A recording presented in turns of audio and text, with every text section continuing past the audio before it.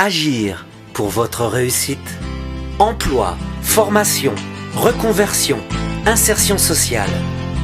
Votre avenir, c'est notre métier. Les métiers du bâtiment sont les métiers de demain. Stage, formation, apprentissage, professionnalisation. Ils sont là pour vous. Nous nous rendons auprès d'Éric Pierron, chef d'entreprise en électricité et domotique, basé sur la communauté urbaine Creusot-Monceau. Alors, donc Éric Pierron, j'ai 54 ans, bientôt 55, donc je suis gérant de la société Inelec, une entreprise d'électricité, électricité industrielle, bâtiment, enfin tous les métiers de l'électricité qu'on a créés en 93.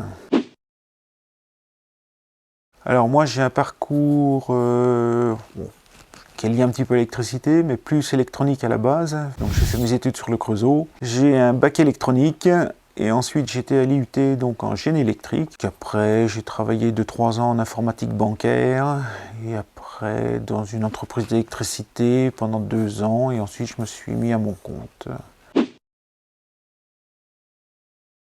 Quand j'ai créé mon entreprise, on faisait beaucoup d'électricité industrielle.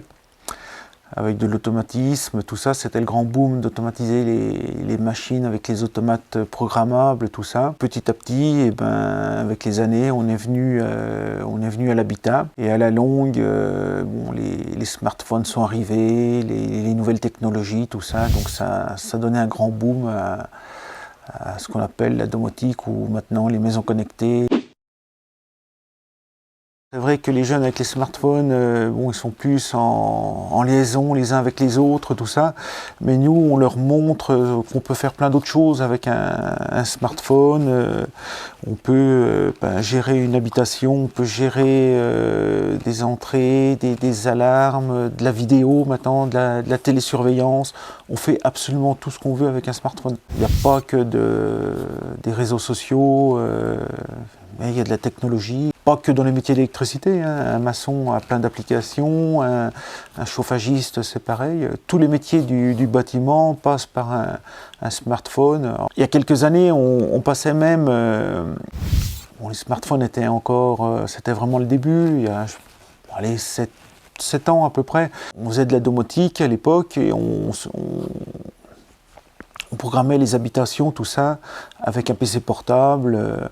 Qu'actuellement maintenant avec le smartphone, on n'a même plus besoin de PC portable, on vient avec un smartphone et puis il se connecte à toute l'installation et on fait la programmation uniquement avec notre téléphone. Alors les compétences demandées, alors pour moi, il y a le niveau d'études peut-être, mais c'est pas principalement ce qu'on recherche chez un jeune, c'est qu'il aime faire,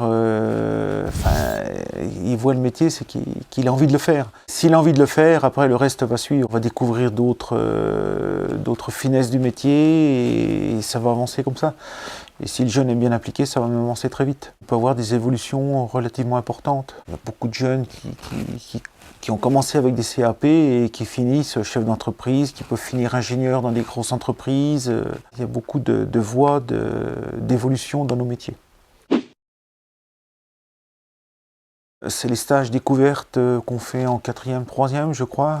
Bon, ça, c'est la base. Ça. Bon, chaque fois qu'il y a des jeunes, je fais le maximum pour les prendre. C'est des petits stages. Le jeune rentre dans l'entreprise, il voit le milieu de l'entreprise, la différence par rapport au collège, puisqu'ils n'ont rien vu d'autre. Et après, ça lui permet éventuellement de faire un choix en fin de collège pour savoir quelle direction prendre. On peut le faire soit en apprentissage, on peut le faire soit...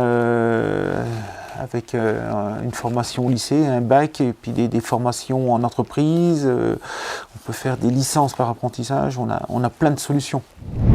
Ok Google, éteins, lumière, direction.